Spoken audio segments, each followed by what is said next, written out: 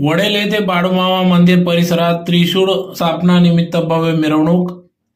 याबाबत अधिक वृत्त असे की धुळे तालुक्यातील वडेल येथे दरवर्षी सालाबादाप्रमाणे श्री संत बाळूमामा मंदिर परिसरात भव्य भंडारा महाप्रसादाचे आयोजन करण्यात येत असते। यावर्षी देखील भव्य त्रिशूळ स्थापना करण्यात आली। संपूर्ण वडेल गावातून वाजत गाजत डीजेच्या तालावर नाचत गाजत सर्व वडेल येथील ग्रामस्थांनी या भव्य त्रिशूळ मिरवणुकीत सहभाग नोंदविला। तर प्रसंगी या ठिकाणी येणाऱ्या भाविकांना भव्य भंडारा महाप्रसादाचा देखील लाभ देण्यात आला।